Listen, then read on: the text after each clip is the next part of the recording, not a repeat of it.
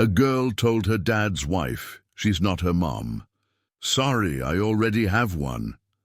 Welcome back and enjoy the story.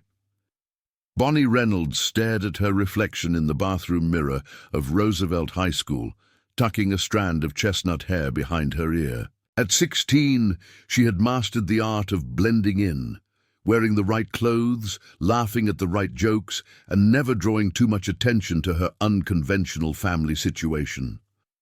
The bell rang, signaling the end of lunch period, but she lingered a moment longer, steeling herself for her afternoon classes. Her phone vibrated in the pocket of her jeans. A text from her mom, Olivia. "Hey, sweetie, still on for Saturday? That art exhibition I told you about is opening. Thought we could check it out together." A small smile crossed Bonnie's face as she typed a quick reply. Olivia wasn't what anyone would call a conventional mother, but she was still her mom. She hadn't been there for the first 7 years of Bonnie's life, but since she'd returned, she'd made an effort in her own way. Weekend trips to galleries, surprise lunch dates, and the texts that never failed to arrive on important days. Bonnie gathered her books and headed to chemistry, her thoughts drifting back to the way things used to be. Before her dad met A, before life got complicated. For 7 years, it had just been Bonnie and her father, Patrick Reynolds. He had been her entire world, cooking her favorite pasta dishes, bandaging scraped knees, braiding her hair before school. Badly at first, but he'd practiced until he got it right, and cheering the loudest at her elementary school science fairs. They were a team, with occasional help from her paternal grandparents and aunts. It wasn't perfect, but it had been their normal. Then Olivia had reappeared when Bonnie was 7, not to take her away or disrupt their routines, but simply to be present in her life in whatever capacity Patrick would allow. It had been awkward at first, this beautiful stranger who shared her smile and mannerisms, claiming to be her mother. Over time, though, they'd found their rhythm, and Olivia had carved out her own special place in Bonnie's heart. The rest of the school day passed in a blur of equations, historical dates, and half-heard lectures. As the final bell rang, Bonnie felt a knot forming in her stomach. She wasn't in a hurry to get home, not anymore. Not since Amelia had moved in with her twin sons and changed everything.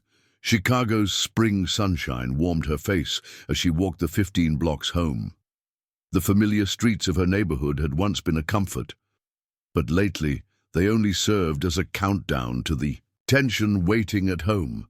The modest 2-story colonial that had been her haven for 16 years now felt like contested territory. Taking a deep breath, Bonnie climbed the porch steps and unlocked the front door. "Bonnie, is that you?" Amelia's voice called from the kitchen. "Yeah," she replied, dropping her backpack by the stairs, a habit that irritated her stepmother to no end. "Come into the kitchen, please. We need to talk about something important." The seriousness in Amelia's tone made Bonnie's stomach tighten. Something was off. Normally, Amelia would be fussing over homework or chores, or trying to engage her in conversation about her day, in that forced, cheerful tone she used when she was trying too hard. This directness was new. As she entered the kitchen, Bonnie found Amelia sitting at the table with a stack of papers in front of her. Her father wasn't home yet, still at the architectural firm he owned, no doubt. The twins, Billy and Brett, were nowhere to be seen either.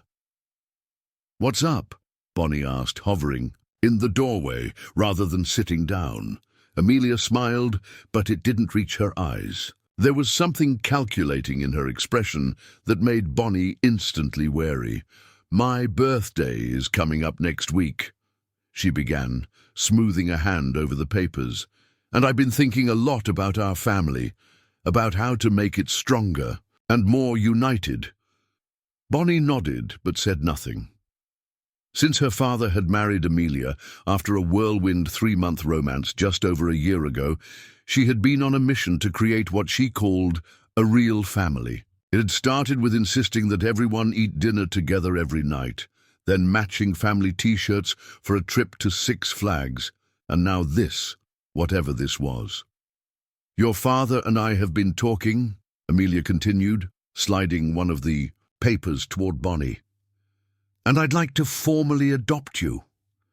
The words hung in the air between them, heavy and unexpected. Bonnie felt as if all the oxygen had been sucked from the room.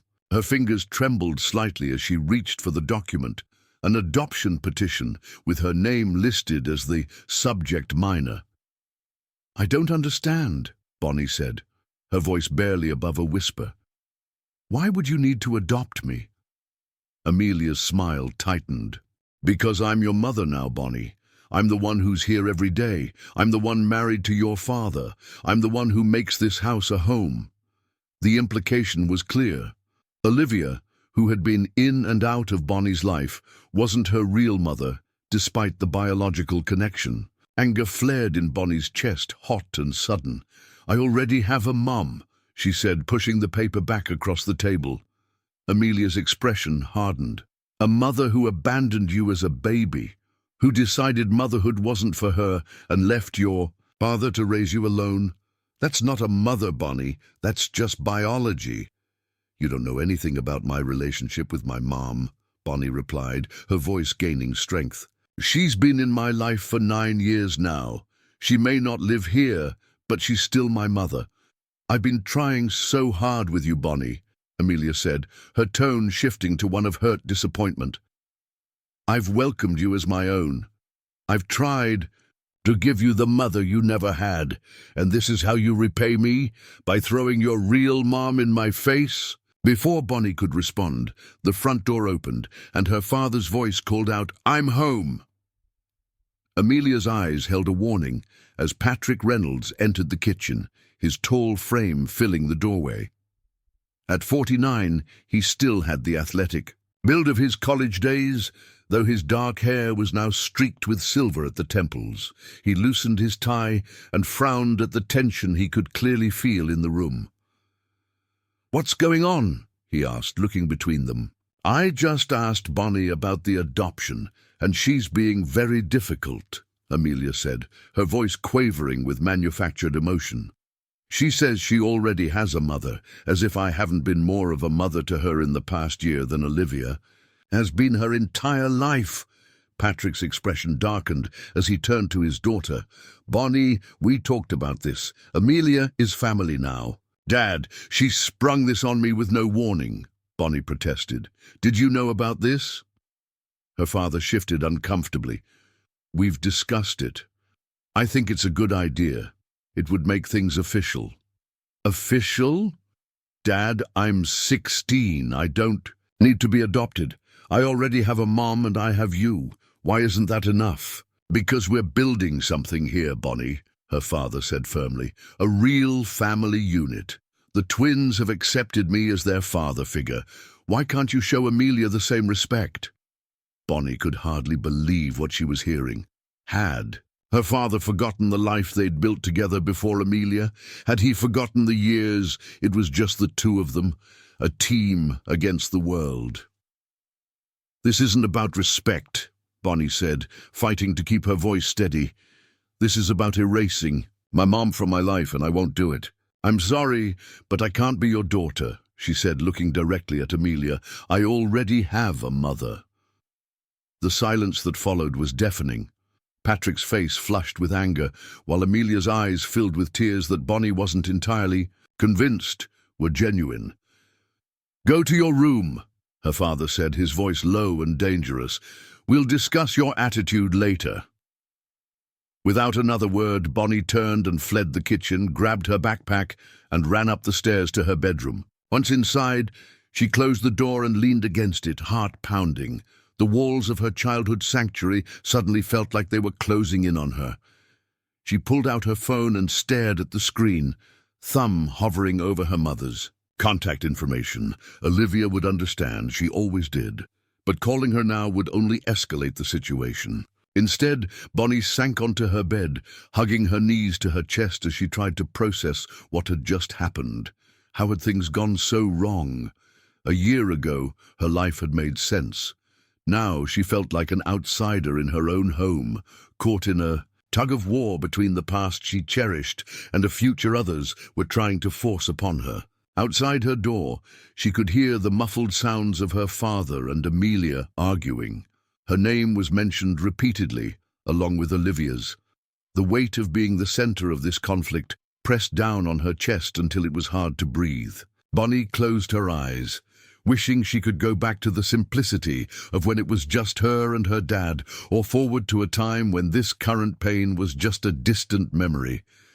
But she was trapped in the present, in this moment of collision between the different pieces of her fractured family, and she had no idea how to put them back together, or if she even wanted to. Morning sunlight filtered through the curtains, casting long shadows across Bonnie's bedroom floor. She hadn't slept well, replaying yesterday's confrontation in her mind throughout the night. The house was quiet, too quiet as she got ready for school. She dressed quickly in jeans and a navy blue sweater, pulling her hair into a messy ponytail before grabbing her backpack and cautiously opening her bedroom door. The hallway was clear. From downstairs she could hear the familiar sounds of breakfast being prepared, the clink of cutlery, the soft hum of the refrigerator door opening and closing, murmured conversation.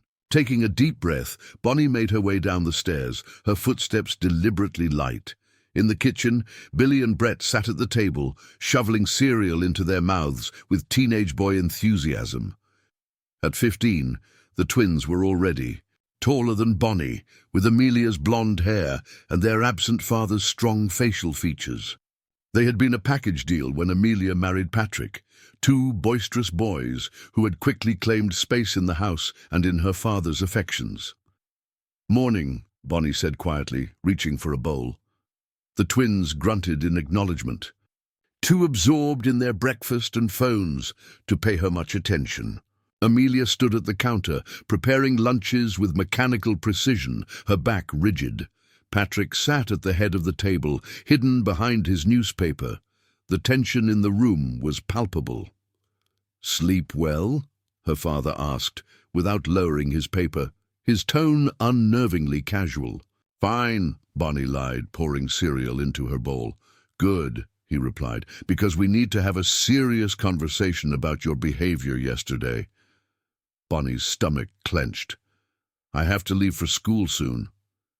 "This won't take long," Patrick said, finally setting down his newspaper. His eyes were tired, the lines around them deeper than usual. "Amelia and I talked for a long time last night, and we've agreed that your attitude needs to change." Amelia turned from the counter, her expression a careful mask of concerned authority. "We understand this has been an adjustment for you, Bonnie, but it's been over a year now. It's time to accept that we're a family." "I have accepted that you're married to my dad," Bonnie said carefully. "I've tried to get along with everyone. But asking me to call you Mom or to let you adopt me, that's different." Patrick's jaw tightened. "Amelia has been nothing but kind to you. She's opened her heart and her home." "This was my home first," Bonnie interrupted immediately, regretting her words when she saw the flash of anger in her father's eyes. "That's exactly the kind of disrespect we're talking about," he said sternly. "Amelia is my wife. The boys are part of our family now. And yes, this was your home first, but things change, Bonnie. Families evolve. It's time you grew up and accepted that." The twins exchanged uncomfortable glances, suddenly finding their cereal bowls fascinating. "I think," Amelia said, her voice soft but firm, "that part of the problem is Olivia's influence. Every time you spend time with her, you come back, resistant, pulling away from us." Bonnie's head snapped up. "This has nothing to do with my mom." "Doesn't it?" Amelia challenged. "You were fine calling me Mom when you were 7 before she came back into your life." "What? I never called you Mom when I was 7. I didn't even know you when I was 7. A flicker of confusion crossed Amelia's face before she recovered. "I meant you would have been fine with it. Children need a mother figure."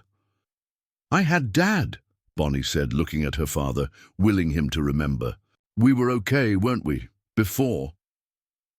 Something shifted in Patrick's expression, a momentary softening, a flash of the father she remembered, but it disappeared as quickly as it had come, replaced by the stern countenance he'd worn more and more frequently since marrying Amelia. "That's enough," he said firmly. "Here's how it's going to be. You will show Amelia the respect she deserves as the mother figure in this house. You will make an effort to be part of this family. And until you can adjust your attitude, we're suspending your visits with Olivia." The words hit Bonnie like a physical blow. "You can't do that." "I can, and I am," Patrick said. "The court agreement gives me primary custody and final say on visitation. Olivia only has access to you because I've allowed it. This isn't fair. You can't cut me off from my own mother because your new wife is jealous." "That's enough." Patrick slammed his hand on the table, making everyone jump. "Go to school. We'll continue this discussion tonight when you've had time to think about your priorities." Burning with a mixture of rage and despair, Bonnie grabbed her backpack and fled the kitchen without another word. She yanked open the front door and let it slam behind her, not caring about the further punishment such defiance might bring. The cool morning air hit her tear-streaked face as she started walking, her breakfast forgotten. How could her father threaten to keep her from seeing her mother? After all these years of carefully constructed peace between the three of them, how could he throw it away so easily for Amelia? By the time she reached Roosevelt High, Bonnie had composed herself enough to face the day. She went through the emotions, answering questions in class, exchanging pleasantries with friends, completing assignments, all while feeling disconnected from the world around her, as if watching herself from a distance. During lunch, she sat alone at a table near the back of the cafeteria, picking at a sandwich she had no appetite for. Her phone buzzed with a text from her best friend, Rachel. "Where are you? We're at our usual table." Bonnie looked up and spotted Rachel waving from across the cafeteria. She forced a smile and texted back, "Not feeling great. Catch up later." Rachel frowned at her phone, then gave Bonnie a concerned look before nodding and turning back to their friends. Bonnie sighed with relief. The last thing she wanted right now was to pretend everything was normal. She pulled out her phone, again hesitating before typing a message to her mother. "Dad says I can't see you anymore because of Amelia. He's threatening to enforce the custody agreement. What should I do?" Her thumb hovered over the send button. Would reaching out to Olivia make things worse? Her father was already angry enough. But if he was serious about cutting off her visits, Olivia needed to know. Before she could decide, a shadow fell across her table. Bonnie looked up to find Ms. Harrison, her English teacher, standing there with concern etched on her face. "Everything okay, Bonnie? You seem distracted in class." "Today?" Bonnie quickly put her phone away. "I'm fine, Ms. Harrison, just tired." The teacher studied her for a moment. "You know, I'm always available if you need to talk. Sometimes writing can help too. The personal essay assignment I gave today isn't just busy work. It's an opportunity to process your thoughts." "Thanks," Bonnie said, forcing another smile. "I'll keep that in mind." As Ms. Harrison walked away, Bonnie considered her words. Writing had always been an outlet for her, a way to make sense of her thoughts when they became too tangled to sort out verbally. Maybe it would help now. The rest of the school day passed in the same disconnected haze. When the final bell rang, Bonnie found herself reluctant to go home. Instead, she wandered to the school library and claimed a quiet corner table. She pulled out her notebook and began to write. Not the assigned essay, but a letter to her father, pouring out all the feelings she couldn't seem to express face to face. She wrote about the good years when it was just the two of them. She wrote about how she had accepted Olivia's return with understanding beyond her years, even though it had been confusing at first. She wrote about how she felt invisible in her own home now, overshadowed by Amelia's determination to create a picture-perfect family and the twins' louder presence. She wrote about feeling betrayed, that he would threaten to cut her off from Olivia after years of encouraging their relationship. By the time she finished, tears were quietly streaming down her face, and the library was nearly empty. Bonnie quickly wiped her eyes and packed her things. She would never show the letter to her father. It was too raw, too honest. But writing it had helped clarify her thoughts. As she walked home in the fading afternoon light, Bonnie made a decision. She would try harder with Amelia, not by giving in to the adoption demand or calling her mom, but by finding some middle ground that would satisfy her father enough to preserve her relationship with Olivia. It wasn't a perfect solution, but it was the only one she could see that might protect the fractured pieces of her family from breaking apart completely. The house was quiet when she arrived home, with no sign of her father's car in the driveway. A note on the kitchen counter informed her that Amelia had taken the twins to their basketball practice and would be back for dinner. Bonnie was alone, a rare occurrence these days. Taking advantage of the solitude, she went to her room and finally pressed send on the text to her mother. Whatever happened next, Olivia deserved to know what was going on. Then she sat at her desk and began her homework, trying to lose herself in the comforting certainty of mathematics and literature, where problems had solutions and stories had endings, unlike the messy, unresolved chapters of her own life. If you are enjoying the story, type 5 in the comments and subscribe for more videos like this. If not, type 0. It helps me create even better content for you. Continuing. The next morning, Bonnie woke to the sound of raised voices downstairs. She glanced at her phone. 6:15 a.m., earlier than she usually got up for school. Sliding out of bed, she crept to her bedroom door and opened it a crack. The voices became clearer, her father and her mother. Heart racing, Bonnie threw on a robe over her pajamas and hurried downstairs. In the living room, she found Patrick and Olivia locked in a heated argument, while Amelia stood to the side, arms crossed and face flushed with anger. "You can't just change the arrangement we've had for 9 years because your new wife feels threatened," Olivia was saying, her normally calm voice tight with emotion. "This isn't about Amelia feeling threatened," Patrick shot back. "This is about Bonnie needing stability and clear boundaries." "Clear boundaries, or are you trying to erase me from her life?" Olivia challenged. Bonnie froze on the last step, taking in the scene. Her mother stood in the center of the living room, still dressed in scrubs from her overnight shift at the hospital where she worked as an ER nurse. At 38, Olivia Matthews remained strikingly beautiful, with the same chestnut hair and green eyes she had passed on to her daughter. Despite the early hour and obvious exhaustion, she radiated a fierce energy as she confronted her ex. "Mom," Bonnie said, making her presence known. All 3 adults turned to look at her. Olivia's expression immediately softened. "Hey, sweetie, I'm sorry if we woke you." "What's going on?" Bonnie asked, though she already knew the answer.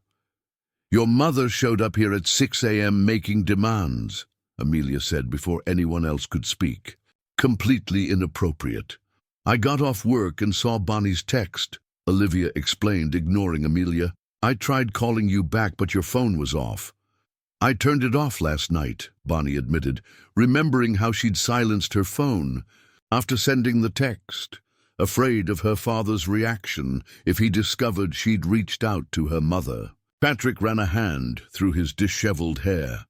"This is exactly what I'm talking about. Secret communications, going behind our backs." "Behind your back?" Olivia repeated incredulously. "She's my daughter. She has every right to contact me if she's upset." "She's upset because she refuses to accept our family situation," Amelia interjected. "She rejected my offer to adopt her, threw it back in my face like it meant nothing." "Maybe because it meant nothing to her," Olivia said sharply. "You can't Force a relationship, Amelia, especially not with a teenager. Bonnie descended the last few steps and moved to stand beside her mother, drawing strength from her presence. "Dad, please don't do this. Don't make me choose."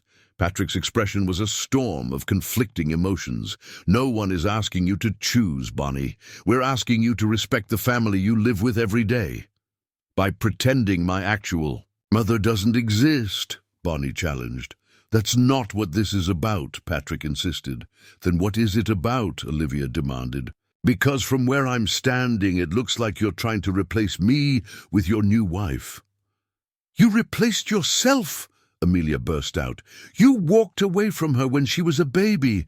You don't get to play the victim now." A tense silence fell over the room. Bonnie looked at her mother, whose face had gone pale. The arrangement between her parents had always been a sensitive subject, rarely discussed directly in front of her.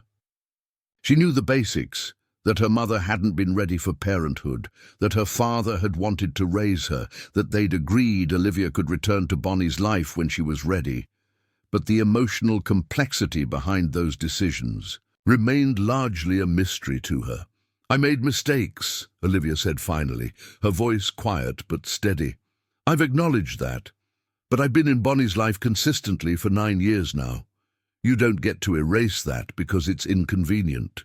For your new family narrative." Before anyone could respond, the sound of footsteps on the stairs announced the arrival of the twins, both looking confused and slightly alarmed by the scene in the living room. "What's going on?" Billy asked, eyes darting between the adults. "Nothing for you to worry about," Patrick said quickly, his tone shifting to forced cheerfulness. "Why don't you boys grab some breakfast? You'll be late for school." Brett gave Bonnie a sympathetic look before following his brother to the kitchen. Their departure seemed to deflate some of the tension in the room. "We're not resolving this now," Patrick said firmly. "Bonnie, go get ready for school. Olivia, we'll discuss this like adults at a more appropriate time. I'm not leaving until I have your assurance that you won't interfere with my time with Bonnie," Olivia insisted. Patrick's jaw clenched. "Fine. Nothing changes for now, but we will be having a serious discussion about boundaries, all of us." Olivia nodded, then turned to Bonnie. "I'll pick you up on Saturday as planned, okay? We'll figure this out." Bonnie hugged her mother tightly, breathing in the familiar scent of hospital antiseptic mingled with the lavender lotion Olivia always used. "I'm sorry," she whispered. "You have nothing to be sorry for," Olivia reassured her, pulling back to look her in the eye. "This is adult stuff. Don't carry it on your shoulders." After her mother left, Bonnie headed upstairs to get ready for school, ignoring the glare Amelia sent her way. She dressed quickly, her mind racing. The confrontation had bought her some time, but it hadn't solved anything. If anything, it had only intensified the underlying conflict. When she came back downstairs, the twins were waiting by the front door, clearly eager to escape the tension that still hung heavy in the house. "We'll walk with you," Billy offered, surprising Bonnie. The twins usually rode their bikes to school while she walked. "Thanks," she said, grateful for their unexpected solidarity. Outside, as they set off down the sidewalk, Brett said quietly, "That was intense." "Sorry you guys had to hear that," Bonnie replied. "Is that really your mom?" Billy asked. "We always thought your mom was, like, not around." "She's around," Bonnie said, "just not living with us. She has been since I was 7. "Cool," Brett said simply. Then, after a pause, "Our dad's not around either. He lives in California now, has a new family and everything." Bonnie glanced at him in surprise. The twins rarely mentioned their biological father. "That must be hard," Brett shrugged. "Sometimes, but we've got your dad now, I guess. He's pretty cool." "Yeah, he is," Bonnie agreed, feeling a pang of guilt for the conflict she was causing in her father's life. Despite everything, she loved him deeply and hated being at odds with him. "Mom's just intense about family stuff," Billy added. Because of our dad leaving and all, she gets freaked out when things don't go according to plan. For the first time, Bonnie considered Amelia's perspective. A woman abandoned by her husband, left to raise twin boys alone, finally finding stability. With a new partner, only to face resistance from his daughter. It didn't excuse Amelia's attempts to replace Olivia in Bonnie's life, but it helped explain her desperation to create a perfect, unified family. "I don't hate your mom," Bonnie said carefully. "I just can't give her what she wants." "Yeah, we get it," Brett assured her. "It's weird when adults try to force that kind of stuff." They walked the rest of the way to school in companionable silence. Before splitting up to head to their separate classes, Billy surprised Bonnie again by saying, "We've got your back, you know, if you need anything." Touched by this unexpected alliance, Bonnie managed a genuine smile for the first time in days. "Thanks, that means a lot." The rest of the school day passed without incident, though Bonnie struggled to concentrate on her classes. Her mind kept returning to the morning's confrontation and what it meant for her future. Would her father really try to limit her time with Olivia? Would Amelia continue to push for adoption? How long could this fragile peace last? By the time the final bell rang, Bonnie had developed a pounding headache. She walked home slowly, dreading another tense evening. To her surprise, only her father's car was in the driveway when she arrived. Inside, she found him sitting alone at the kitchen table, a cup of coffee cooling before him. "Where is everyone?" she asked cautiously. "Amelia took the boys to their dentist appointments," Patrick replied. "She'll be picking up dinner on the way back." Bonnie nodded and moved to leave the kitchen, but her father's voice stopped her. "Sit down, Bon. We need to talk." The use of his old nickname for her, one he hadn't used since marrying Amelia, caught her attention. She slid into the chair across from him, setting her backpack on the floor. Patrick studied her face, his expression softening. "You look tired, kiddo." "I am tired," she admitted. "Tired of feeling like I'm causing problems just by existing." Her father flinched. "You're not causing problems by existing. That's not—" He broke off, sighing heavily. "This is all coming out wrong. I've been handling this badly." Bonnie waited, afraid to hope that he was finally seeing things from her perspective. "I want you to be happy, Bonnie. I've always wanted that.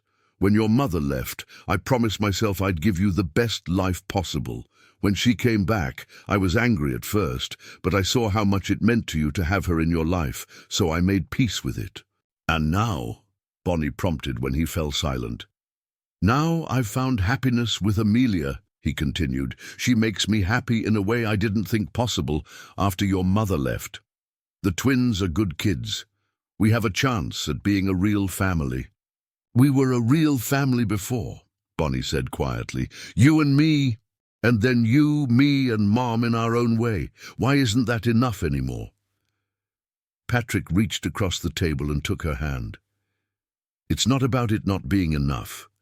It's about building something new together, all of us." "But why does that have to mean erasing what came before? Why does Amelia want to adopt me? Why does she want me to call her Mom when she knows I have a relationship with my actual mother?" "She worries that you'll never fully accept her place in our lives," Patrick explained. "That you'll always see her as an outsider, a threat to what you had with me and with Olivia.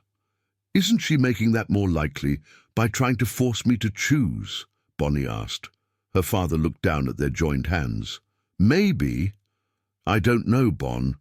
I'm trying to navigate this too. Balancing everyone's needs isn't easy." "I know," Bonnie acknowledged. "But Dad, I need you to understand something. I'm happy you found Amelia. I'm okay with her being your wife. I don't even mind the twins. They're actually being pretty cool about all this. But she can't replace my mom. She just can't."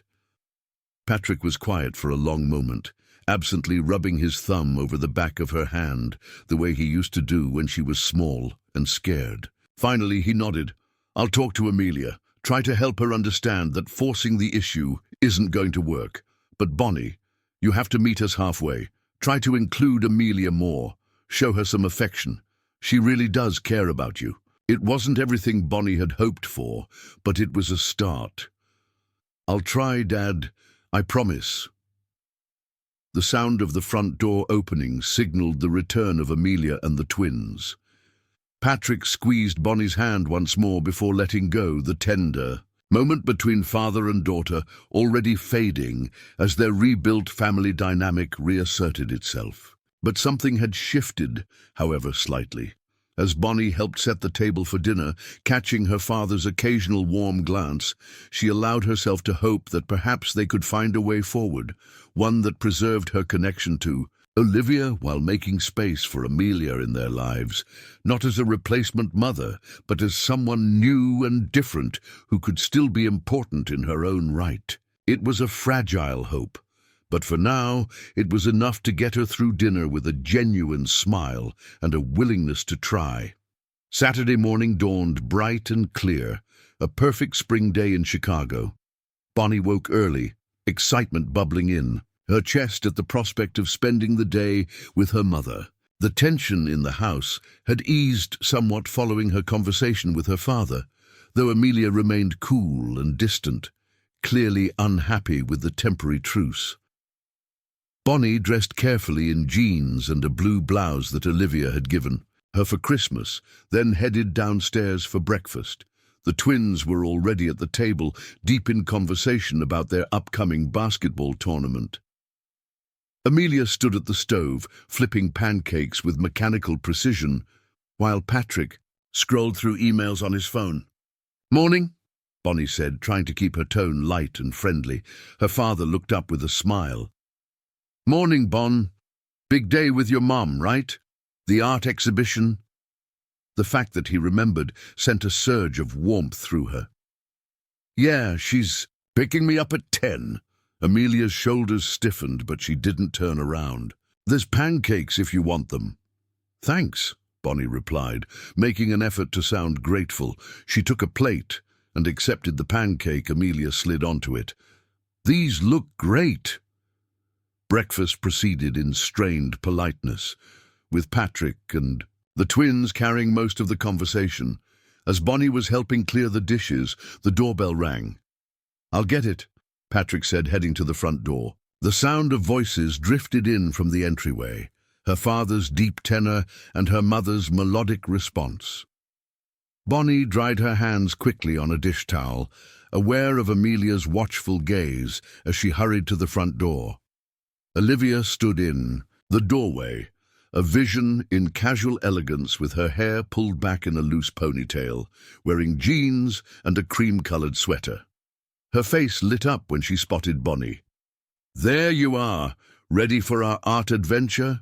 She opened her arms, and Bonnie stepped into her embrace, breathing in the familiar scent of her mother's perfume. "Definitely ready," Bonnie replied, pulling back with a smile. She glanced at her father, who stood awkwardly to the side. "We won't be too late, Dad," Patrick nodded. "Have fun." And Olivia, he hesitated, then continued, "Thanks for being flexible with the timing. I appreciate it." The acknowledgement, however small, seemed to ease something in Olivia's expression. "Of course, she'll be back by dinner." As they walked to Olivia's car parked at the curb, Bonnie felt the weight of the house and its tensions lifting from her shoulders. In her mother's compact sedan, with the windows down and spring air rushing in, she could finally breathe.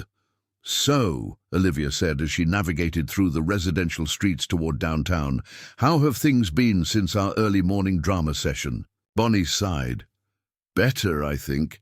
Dad and I talked. He's going to speak to Amelia about backing off on the adoption thing." "That's good," Olivia said carefully. "And how are you feeling about all this?" "Confused, mostly," Bonnie admitted. I get that Dad loves Amelia, and I'm trying to be okay with that. But why does she need to be my mom? Why isn't being my dad's wife enough?" Olivia was quiet for a moment, her eyes on the road. "Some people need defined roles to feel secure. Wife isn't enough for Amelia. She needs to be mom too. It validates her place in the family. But that's your role, Bonnie said stubbornly. A sad smile crossed Olivia's face. Yes and no, sweetie. I am your mother. Nothing will ever change that. But I haven't been the everyday mom making lunches and checking homework. I think that's the space Amelia wants to claim. She already does those things, Bonnie pointed out. She doesn't need a legal document or a title to do them. True, but humans are complicated creatures. We like labels and certainty. Olivia glanced at her daughter. Just promise me you'll remember that your feelings matter in this too. Don't let yourself be pressured into anything that doesn't feel right. Bonnie nodded, watching the cityscape unfold around them as they approached the Art Institute. The conversation shifted to lighter topics: school projects, Olivia's work. At the hospital, plans for the summer ahead. By the time they arrived at the museum, the morning's tensions had faded into the background. The exhibition, a collection of contemporary female artists, captivated them both. Bonnie found herself particularly drawn to a series of mixed media pieces exploring themes of identity and belonging. One installation featured fragments of mirrors arranged in a spiraling pattern, reflecting distorted versions of the viewer from different angles. It's like looking at all the different versions of yourself, Olivia observed, standing beside her daughter. The way others see you, the way you see yourself, the person you might become. I don't know who I am anymore, Bonnie admitted quietly. At Dad's house, I'm supposed to be this perfect daughter who fits into Amelia's vision of family. With you, I can just be me. At school, I'm someone else entirely. It's exhausting trying to be the right version for everyone. Olivia slipped an arm around her shoulders. You know what I see when I look at you? A remarkably strong young woman, navigating a complicated situation with more grace than most adults could manage. You're not supposed to have it all figured out at 16, Bonnie. That's part of growing up, discovering who you are piece by piece. After the museum, they found a small cafe nearby for lunch. Over sandwiches and lemonade, Bonnie finally asked the question that had been lurking in her mind since the confrontation with Amelia. Mum, why did you leave when I was born? The real reason. Olivia's hand stilled around her glass. She looked into her daughter's eyes, seeing the need for honesty there. I was 22, Bonnie. Just out of nursing school, working crazy hours, trying to establish myself. Your father and I, we weren't in love, not really. We were just two people who enjoyed each other's company. When I got pregnant, I panicked. I wasn't ready for the responsibility, the sacrifice motherhood requires. Did you want to abort me? Bonnie asked, the blunt question hanging between them. I considered it, Olivia admitted. But your father was adamant he wanted you. He offered me a solution. He would raise you, and I could be part of your life whenever I felt ready. At the time, it seemed like the perfect answer. But you stayed away for 7 years.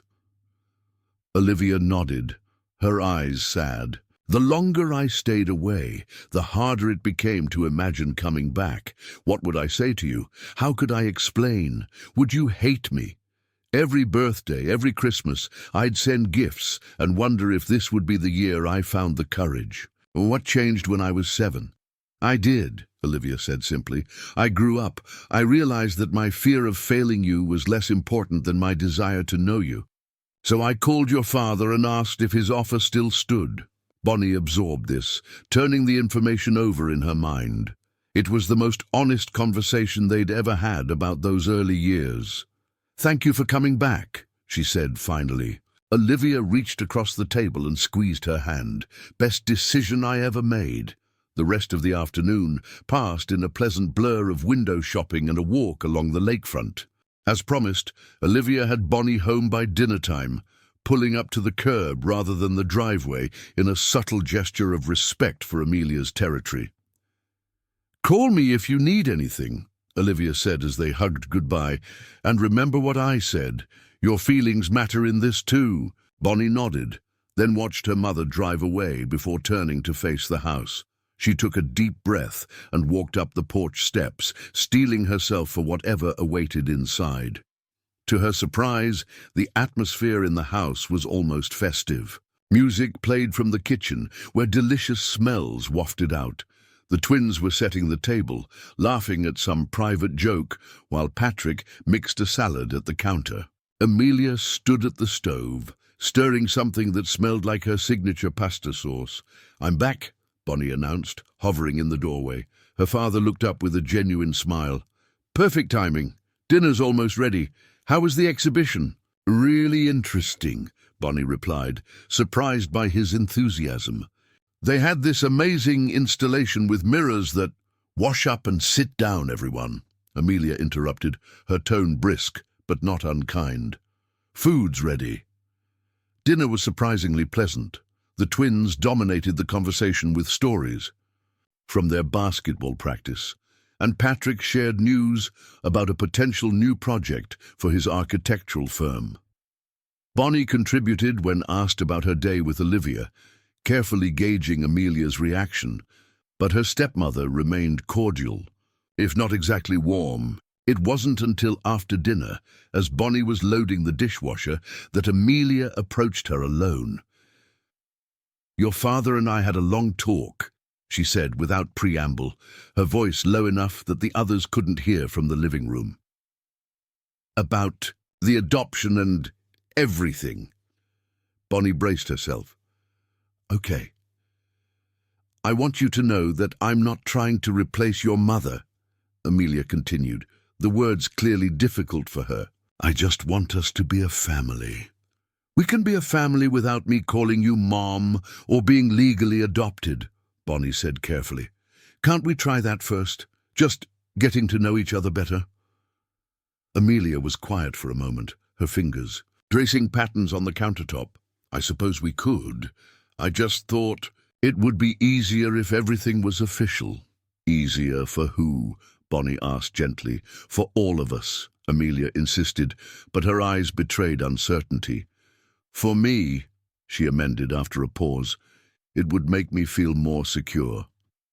For the first time, Bonnie saw past Amelia's controlling behavior to the vulnerability beneath. A woman who had been abandoned once before, desperately trying to solidify her new family against the threat of another loss. "I'm not going anywhere," Bonnie said, "and I don't think my dad is either. He loves you. Can that be enough for now?" Amelia didn't answer directly, but she nodded slightly before changing the subject. "We're thinking of going to the lake house for Memorial Day weekend. The twins have never been. Would that be okay with you?" The lake house had been a special place for Bonnie and her father, a small cabin on the Wisconsin shore where they'd spent countless weekends fishing, swimming, and stargazing. The invitation to share it with Amelia and the twins was significant. Both, an olive branch and a test. "I'd like that," Bonnie said, meaning it. "The fishing is always best in May." A tentative smile crossed Amelia's face. "The twins have never been fishing. Perhaps you could show them." "Sure," Bonnie agreed, recognizing the gesture for what it was, an acknowledgement of her place in the family, her history, her expertise in something the newcomers lacked. It wasn't resolution, not yet, but it was a beginning, a small crack in the wall of tension that had divided their household. As Bonnie joined the others in the living room for movie night, sitting between the twins on the sofa while her father and Amelia shared the love seat, she felt a cautious optimism. Perhaps they could find a way forward after all, a path that honored the past while making room for a new future, messy, complicated, but ultimately theirs. What Bonnie didn't know, couldn't know, was that the fragile peace they had established was about to be tested in ways none of them could anticipate, and the true challenge to their blended family was still to come. Will Bonnie and Amelia eventually find common ground? Can Patrick balance his love for his new wife with his daughter's needs? And how will Olivia respond when her role in Bonnie's life is threatened once again? The path ahead remained uncertain, but one thing was clear. Nothing would ever be the same again. Monday morning, Bonnie returned to school with a lighter heart than she'd had in weeks. The weekend had ended on a cautiously positive note, with Amelia backing off on the adoption issue and making small efforts to connect with Bonnie without the pressure of forced maternal roles. It wasn't perfect, but it was progress. As she navigated the crowded hallways of Roosevelt High, Bonnie spotted Rachel by their lockers and hurried over. "Where have you been?" Rachel demanded, tossing her blonde hair over one shoulder. "You've been MIA all weekend. I texted you like 5 times. "Family drama," Bonnie explained, spinning the combination on her locker. "It's been intense." Rachel's expression softened. The stepmom situation again. "Yeah, but it's getting better, I think." Bonnie quickly filled Rachel in on the adoption proposal, the confrontation with Olivia, and the tentative truce that had followed. "Wow," Rachel said when she finished. "That's a lot. Are you okay?" Bonnie shrugged as she extracted books for her morning classes. "I guess. It just feels like I'm constantly walking on eggshells, trying not to upset anyone." "That's not fair." "Do you?" Rachel pointed out. "You're the kid in this situation. The adults should be the ones figuring it out." "Tell me about it," Bonnie agreed, "but enough about my family soap opera. What did I miss this weekend?" Rachel launched into a detailed account of Saturday night's party at Jason Meyer's house, complete with who hooked up with whom and the ensuing drama. Bonnie listened with half an ear, grateful for the normalcy of teenage gossip after the emotional intensity of her home life. Their conversation was interrupted by the arrival of Ethan Cooper, Rachel's boyfriend of 6 months, who greeted them both before whisking Rachel off to their shared first-period class. Bonnie watched them go with a twinge of envy, not for Ethan specifically, but for the simplicity of their relationship. How nice it must be to have your biggest worry be whether your boyfriend would take you to prom, rather than navigating the minefield of blended family politics. The morning passed in a blur of classes, with Bonnie making an effort to focus on schoolwork instead of her personal problems. By lunchtime, she was almost feeling like her normal self again. She joined Rachel, Ethan, and the rest of their friend group at their usual table, sliding into a seat next to Marcos, her chemistry lab partner. "Hey, stranger," he greeted her with a smile. "Ready for the chem test on Thursday?" Bonnie groaned. "Don't remind me. I haven't even started studying yet." "Study group at my place tomorrow?" he offered. "My mom's making enchiladas." "You had me at enchiladas," Bonnie replied with a laugh. The normalcy of the conversation was refreshing after the emotional roller coaster of the weekend. The bubble of ordinary teenage life burst, however, when Bonnie's phone buzzed with a text from her father. "Need to talk when you get home. Nothing bad, just planning something important. Don't make other plans after school." A flutter of anxiety stirred in Bonnie's stomach. After years of reading her father's communication patterns, she knew that "nothing bad" often prefaced something that was, in fact, potentially upsetting. She texted back a quick acknowledgement, her appetite suddenly diminished. "Everything okay?"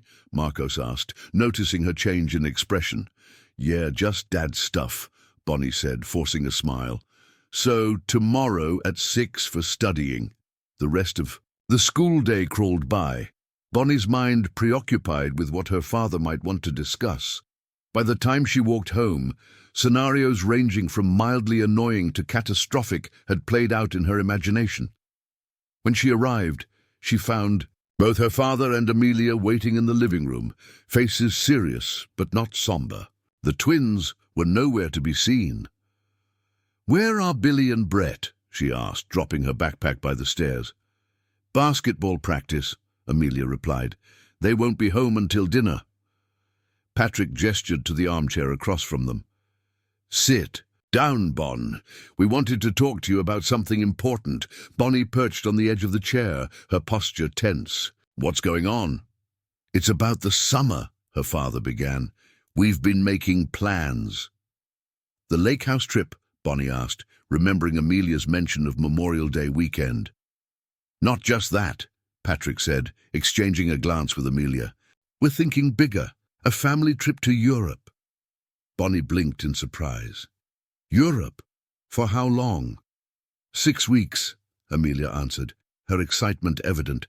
London, Paris, Rome, Barcelona. It would be an incredible educational experience for all 3 of you kids. We'd leave right after school ends in June. 6 weeks, Bonnie repeated, her mind racing. But what about your summer art program? Patrick finished for her. We'd have to skip it this year, but think of all the amazing art you'd see in Europe instead. The Louvre, the Vatican museums, the Prado. Bonnie felt a wave of disappointment. The summer art intensive at the Chicago Institute of Visual Arts had been her plan for months, a prestigious program she'd had to apply and interview for.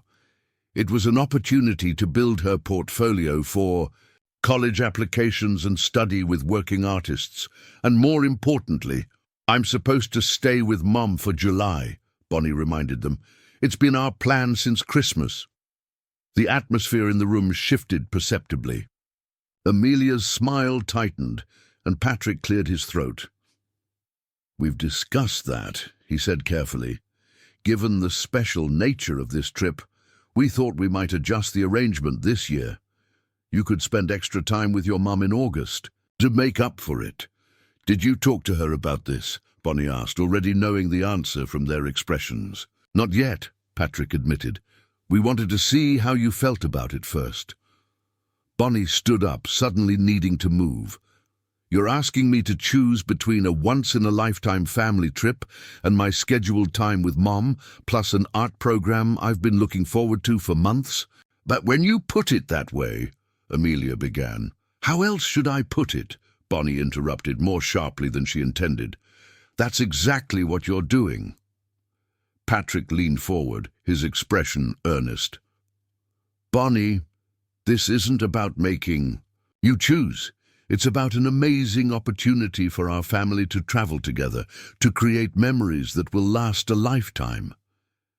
Our family, Bonnie repeated, the words tasting bitter. You mean you, Amelia, the twins, and me? Yes, that's our family, Patrick confirmed, a note of frustration entering his voice. The people who live in this house together. Bonnie took a deep breath, trying to sort through her tangled emotions. On one hand, a trip to Europe did sound incredible. She'd never been overseas, and the chance to see the art she'd only studied in books was tempting.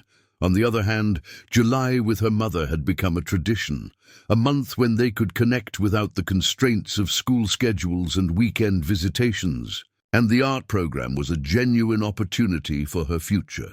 I need to think about it, she said finally, and I think Mom deserves to be part of this conversation.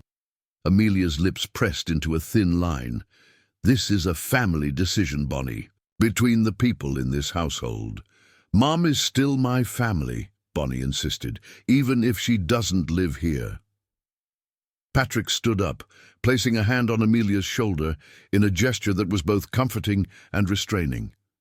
You're right, Bon. We should talk to Olivia. I'll give her a call tonight. Relief washed over Bonnie. Thank you. But, Patrick continued, his tone turning serious, I want you to really consider what this trip could mean for us, for bringing our family closer together. The implication was clear.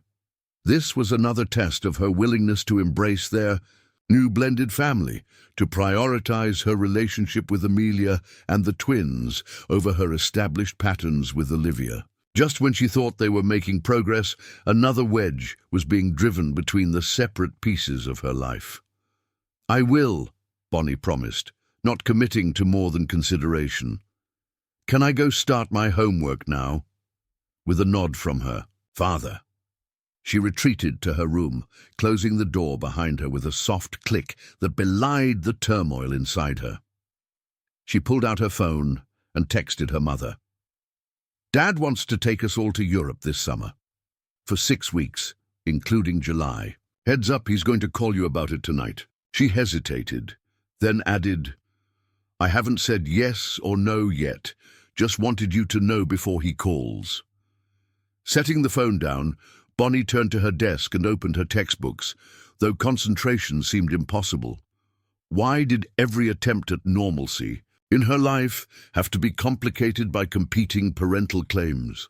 Why couldn't she have both worlds without constant negotiation and compromise? The sound of the front door opening and the twins' boisterous arrival interrupted her thoughts. A moment later, there was a knock at her door.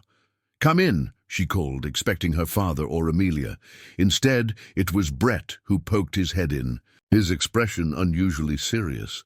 Hey, Mom told us about the Europe trip. You okay with it? Bonnie was surprised by his perceptiveness. I don't know yet, it's complicated. Brett stepped into the room, closing the door behind him. Because of your mom. Partly, Bonnie admitted. And I had this art program planned that's kind of a big deal. Brett nodded, leaning against her desk. For what it's worth, I think it's cool that you have a mom who actually wants to spend time with you. Our dad barely remembers our birthdays. The simple honesty in his statement caught Bonnie off guard. I'm sorry about your dad. Brett shrugged, but the casualness didn't quite reach his eyes. It is what it is. Anyway, I just wanted to say that Billy and I would get it if you decided not to come. We'd be bummed, but we'd get it. The unexpected solidarity touched Bonnie deeply. Thanks, Brett. That means a lot. After he left, Bonnie stared at her unfinished homework, suddenly seeing the Europe situation from a new angle. The twins, who had lost so much with their father's abandonment, were reaching for connection with her, a connection Amelia was desperately trying to facilitate with this grand family adventure. Meanwhile, Olivia, who had worked so hard to establish a relationship with Bonnie after her initial absence, faced being sidelined once again. There were no easy answers, no perfect solution that would keep everyone happy. As evening fell, Bonnie heard her father on the phone in his study, presumably talking to Olivia. She wondered if this was what growing up really meant, not finding the right answers, but learning to live with the complicated, messy reality that's sometimes there. Weren't any.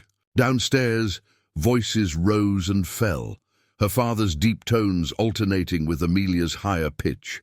The discussion about Europe continued without her, decisions being shaped that would affect her summer, her relationships, her future. Bonnie lay back on her bed and stared at the ceiling, feeling both at the center of the conflict and strangely peripheral to it, a contested territory in an adult war where her own desires were secondary to the larger battle for family definition. Her phone buzzed with a text from Olivia. Your dad just called. We're going to meet tomorrow to discuss the summer plans. Don't worry, sweetie. We'll figure this out. The simple reassurance brought tears to Bonnie's eyes. Amid all the complexity and competing demands, her mother's steady presence was a comfort, a reminder that some connections remained constant even when everything else was in flux. As Bonnie finally returned to her homework, forcing herself to focus on the concrete problems of algebra rather than the intangible equations of her family life, a thought occurred to her. Perhaps there was no perfect solution to be found. No way to satisfy everyone's needs and expectations. Perhaps the best she could do was to honor her own heart and trust that the adults who loved her, all of them in their different ways, would eventually find a path forward together. It wasn't a comforting thought exactly, but it carried a certain clarity that had been missing in the emotional fog of recent weeks. Whatever happened with the Europe trip, with Amelia's adoption hopes, with the delicate balance between her divided family, Bonnie had one certainty to cling to. She was loved. Imperfectly, complicatedly, but genuinely loved. For tonight, that would have to be enough. The meeting between Patrick, Amelia, and Olivia took place at a neutral location, a coffee shop downtown that none of them frequented regularly. Bonnie wasn't invited, a fact that both relieved and frustrated her. On one hand, she was spared sitting through what would undoubtedly be an uncomfortable conversation. On the other, decisions about her life were being made without her direct input. She spent the afternoon at Marcus's house with their study group, trying to focus on chemical equations and molecular structures, while her mind kept wandering to the coffee shop downtown. When her father finally texted that he was on his way to pick her up, Bonnie said hasty goodbyes to her friends and waited on the front porch, stomach knotted with anticipation. Patrick's expression as she slid into the passenger seat was unreadable. "How was studying?" he asked, pulling away from the curb. "Fine," Bonnie replied. "How was the meeting?" Her father sighed, tapping his fingers against the steering wheel as they stopped at a red light. "Complicated." "Are you going to tell me what happened?" Bonnie pressed when he didn't elaborate. "We're going to talk about it at home with Amelia," Patrick said. "I don't want to go through it twice." The rest of the drive passed in tense silence. When they arrived home, Amelia was waiting in the living room, her posture rigid, face set in lines of barely contained frustration. The twins were nowhere to be seen, sent to their rooms, Bonnie suspected, or dispatched to a friend's house to avoid the impending discussion. "Sit down, Bonnie," Amelia said, her tone clipped. Bonnie perched on the edge of the sofa, looking between her father and stepmother. "What happened with Mom?" Patrick sat beside his wife, taking her hand in a gesture of solidarity that made Bonnie's heart sink. "We discussed several options for the summer," he began. "Your mother," Amelia interjected, unable to contain herself, "was completely unreasonable. She refused to consider adjusting her time with you, even for a special trip like this." Patrick shot Amelia a warning look. "That's not exactly how it went. Olivia was concerned about missing her month with you. She countered with some alternatives." "What alternatives?" Bonnie asked. "She suggested you could join us for part of the trip and then fly back for your art program and the month with her," Patrick explained. "Or that we could postpone the Europe trip until next summer and plan it around everyone's schedules. Both completely impractical suggestions," Amelia added. "The cost of a separate flight back would be excessive, and postponing the trip interferes with the twins' sports commitments next summer." Bonnie processed this information, sensing there was more to the story than they were sharing. "So what was decided?" Patrick and Amelia exchanged another look. "Nothing yet," Patrick admitted. "We're at an impasse." "An impasse created entirely by your mother's selfishness," Amelia muttered.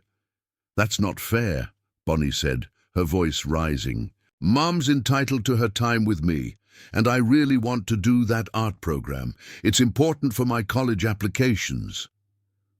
"More important than a once-in-a-lifetime family experience?" Amelia challenged. "More important than building relationships?" "With your brothers." "Stepbrothers," Bonnie corrected automatically, immediately regretting it when she saw the hurt flash across Amelia's face. "See?" Amelia turned to Patrick.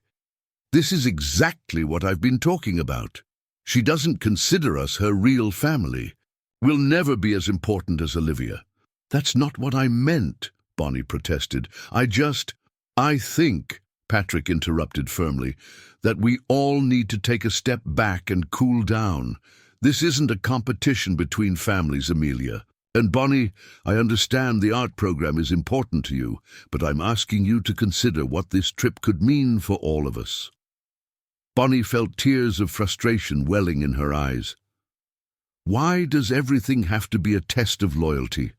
Why can't I want to spend time with Mom and do my art program and be part of this family? Why do I have to choose?" The raw emotion in her voice seemed to penetrate the tension in the room. Patrick's expression softened, and even Amelia appeared taken aback by the depth of Bonnie's distress. "You're right," Patrick said quietly. "We shouldn't be putting you in this position." "But the trip," Amelia began. "The trip can wait," Patrick said with unexpected firmness. "Or we can find a compromise that works for everyone. Bonnie's right. This shouldn't be about choosing sides." Relief washed over Bonnie, followed quickly by suspicion. Her father's sudden backing down was out of character, especially with Amelia clearly still set on the original plan. "What did Mom say to you?" Bonnie asked, intuiting that there was more to the story. "At the meeting, what exactly did she say that made you reconsider?" Patrick and Amelia exchanged another glance, this one loaded with a different kind of tension. "Your mother reminded us of some legal aspects of our custody arrangement," Patrick said carefully. "Aspects that could complicate our trip plans if we can't reach an agreement."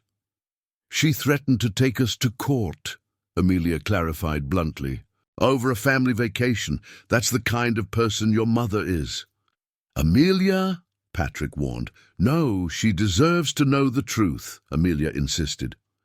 "Your mother would rather drag us all through legal proceedings than compromise on her precious month with you, even though she had no problem abandoning you for 7 years. The barb struck deep, igniting a protective anger in Bonnie. "You don't know anything about my relationship with my mum. She made mistakes, but at least she admits them instead of trying to pretend they never happened. At least she respects my feelings instead of trying to force me into her perfect family fantasy." "Enough." Patrick stood up, his face flushed. "Both of you, enough. This isn't helping anyone." A heavy silence fell over the room. Bonnie wiped angrily at the tears that had escaped despite her best efforts.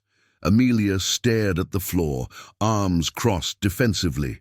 "Here's what we're going to do," Patrick said after a moment, his tone leaving no room for argument. "I'm going to speak with Olivia again, alone this time. We're going to find a solution that respects everyone's needs and plans. And in the meantime, both of you are going to take a break from this conversation before more hurtful things are said." It was a temporary ceasefire at best, but Bonnie was grateful for the reprieve. "Can I go to my room now?" At her father's nod, she fled upstairs, closing her door firmly behind her. She pulled out her phone to text her mother, then hesitated. What would she even say? That her stepmother had called Olivia selfish?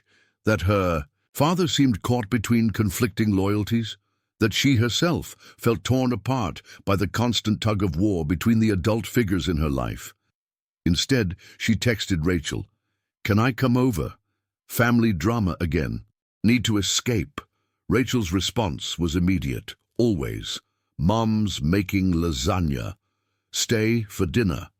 With a surge of gratitude for her friend's unwavering support, Bonnie texted back her acceptance, then went downstairs to inform her father of her plans. Patrick, now alone in the living room, simply nodded his permission, too distracted by his own thoughts to question her sudden desire to leave. "Where's Amelia?" Bonnie asked, noticing her stepmother's absence. "She needed some air," Patrick replied, rubbing his temples. "She's gone for a drive." The admission that even the adults were struggling to maintain their composure made Bonnie feel marginally better about her own emotional response. "I'll be back before curfew," she promised. Outside, as she walked the familiar route to Rachel's house, Bonnie tried to untangle the complicated web of emotions the Europe situation had triggered.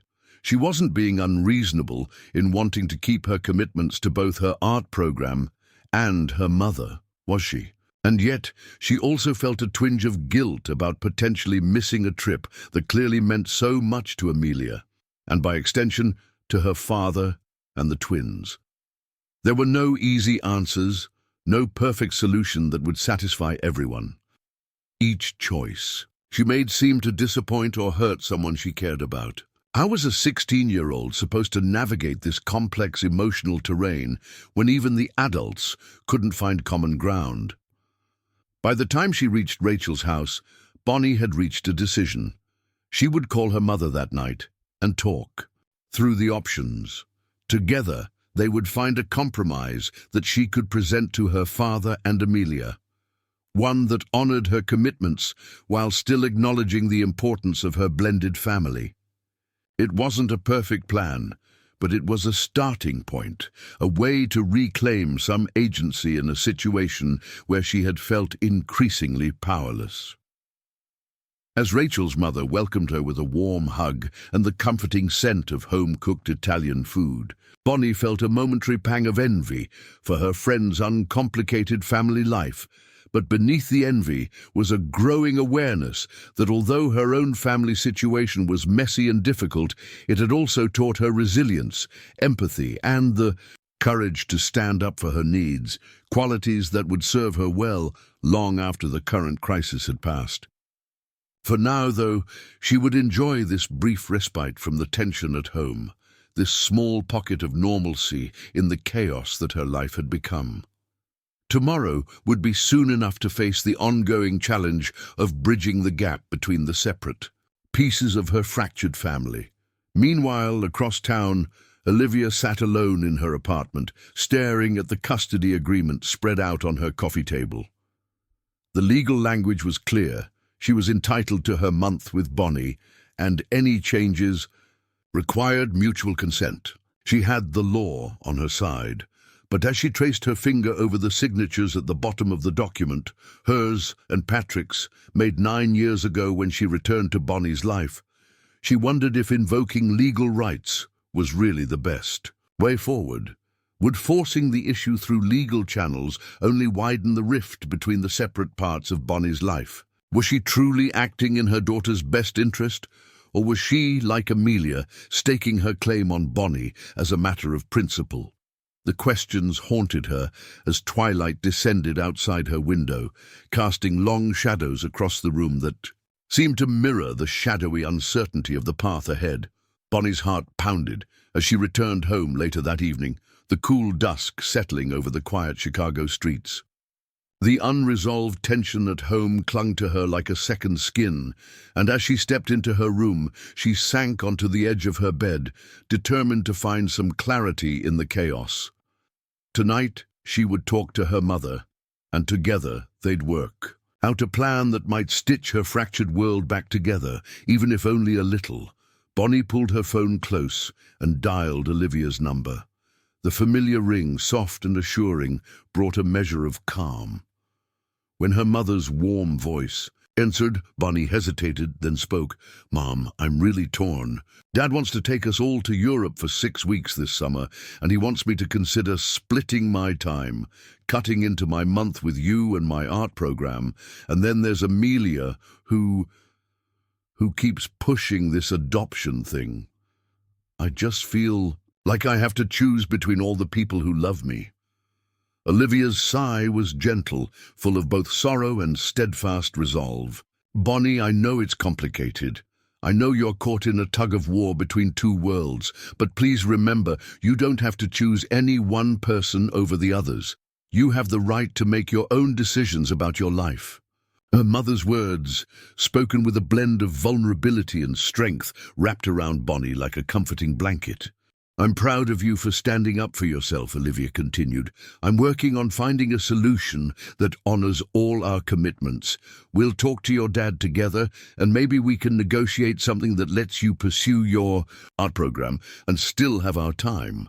And as for Amelia, perhaps we can find a way to share what it means to be a family without forcing you to change how you feel about me." Bonnie's voice trembled with relief. "Thanks, Mom. I want everyone to be happy, but I don't want to lose what's already real in my life." Their conversation stretched into the night. They weighed the possibilities. Maybe a compromise where Bonnie would join the Europe trip for part of the summer, then return for her art program, with the promise of a full month with Olivia afterward. Olivia promised to speak with Patrick and to try to smooth over the legal technicalities. More importantly, she reassured Bonnie that her love would always be unwavering. As they said goodnight, Bonnie felt the first stirrings of hope in weeks, a sense that even in the middle of conflicting worlds, there was room for a solution that didn't force her to betray her own heart. The next morning dawned cool and clear. the light filtering softly through Bonnie's window as she prepared for school with a cautious optimism. Over breakfast, the house was quieter than usual. Patrick and Amelia were already deep in conversation in the living room, their voices low and measured.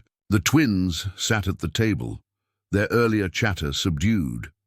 Bonnie watched them for a moment, silently wishing that they all could find peace. That afternoon, after classes had ended, Bonnie waited anxiously as her father returned home. The living room was dimly lit, and a subtle tension still hovered in the air. Patrick's face bore the marks of a difficult night. Amelia sat rigidly on the edge of the sofa, and the twins were nowhere in sight. Patrick cleared his throat. "Bonnie, your mom and I just got off the phone.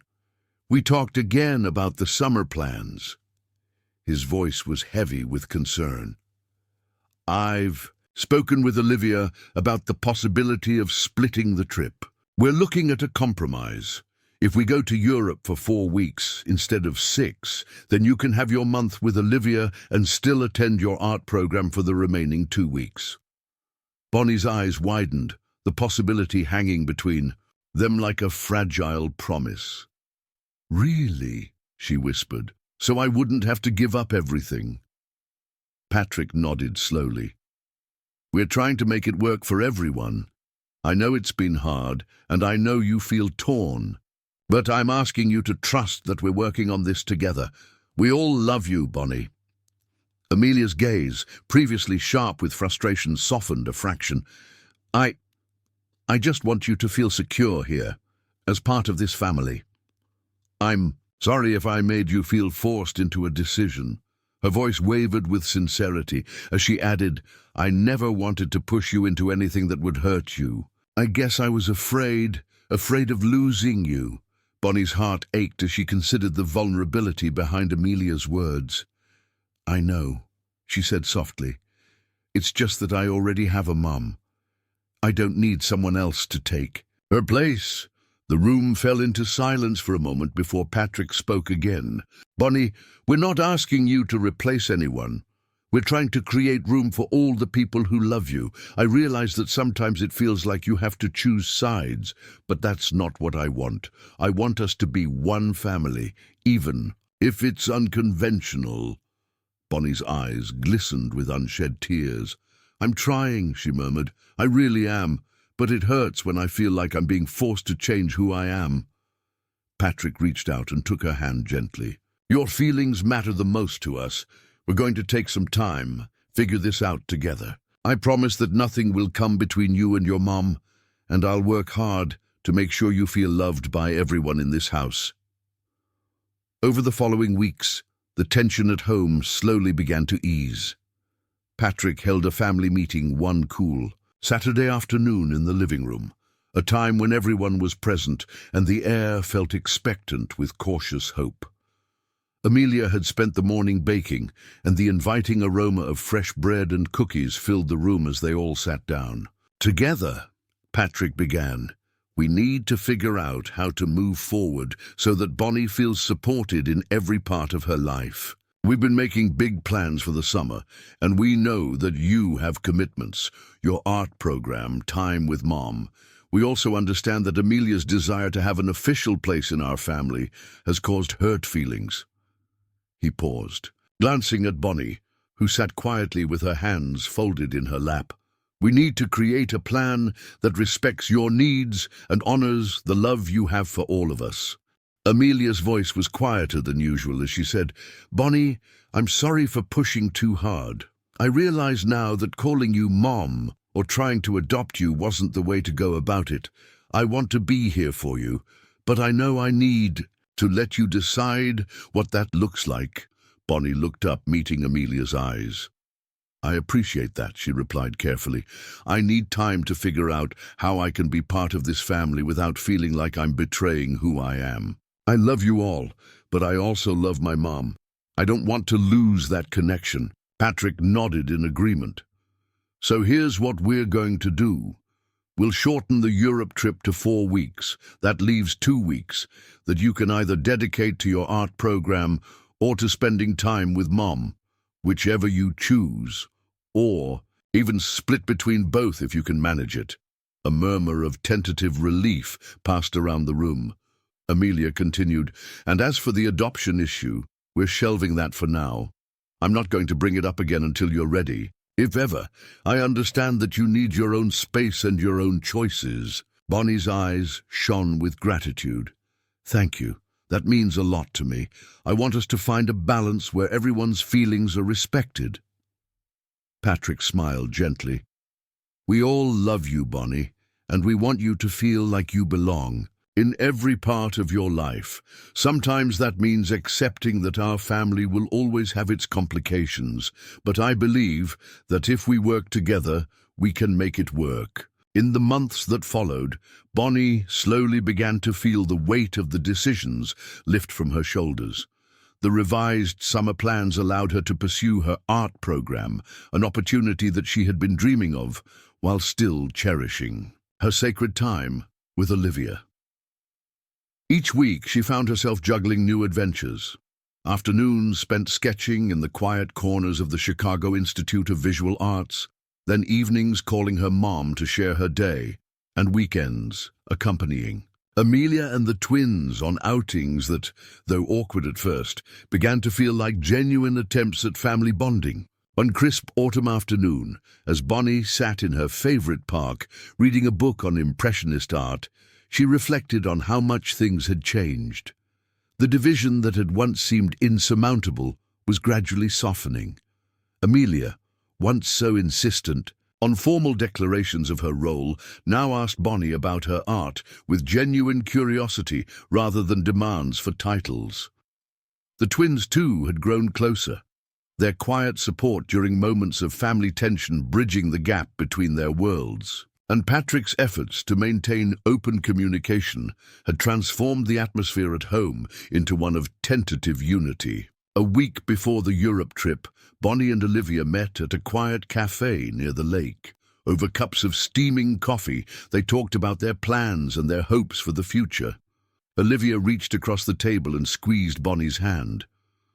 "I know it hasn't been easy, but I'm so proud of you. You've managed to stand up for yourself and keep your heart open. No matter what happens, you'll always be my daughter." Bonnie smiled, her eyes misty with both joy and the bittersweet knowledge of the past. "I've learned that family isn't about titles or labels. It's about the moments we share, the support we give one another, and the love that persists despite everything." In that moment, Bonnie felt whole. The idea of splitting her summer between continents and commitments no longer felt like an impossible burden, but rather a mosaic of experiences that would enrich her life. The pending Europe trip was not a forced decision, but an opportunity to explore, learn, and build memories with a family that was learning to navigate its own complexities. When the day of departure finally arrived, the house was abuzz with quiet excitement. The revised itinerary had been finalized. 4 weeks of European exploration, followed by a flexible 2-week period that Bonnie could dedicate to her art program and cherish time with Olivia. Amelia, though still a little guarded, had made an effort to help Bonnie pack, and even surprised her with a small sketchbook filled with encouraging notes. Patrick's usually stern face was softened by pride and a touch of hope, and the twins, ever supportive, gave Bonnie playful hugs at the door. Standing in the driveway with her suitcase in hand, Bonnie took one last look at the house, a house that, despite its conflicts, had been a crucible for growth and understanding. The summer ahead was uncertain, but it promised new beginnings.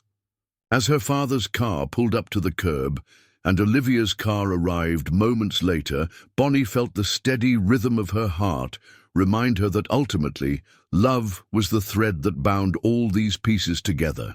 In the months to come, as Bonnie roamed the streets of Paris, marveled at the art in Rome, and wandered the historic alleys of London, she carried with her the lessons of home. Every sketch she made, every whispered conversation on long train rides, was imbued with the resilience born of her experiences. And when she finally returned, not as a girl torn between two worlds, but as a young woman with a fuller understanding of herself.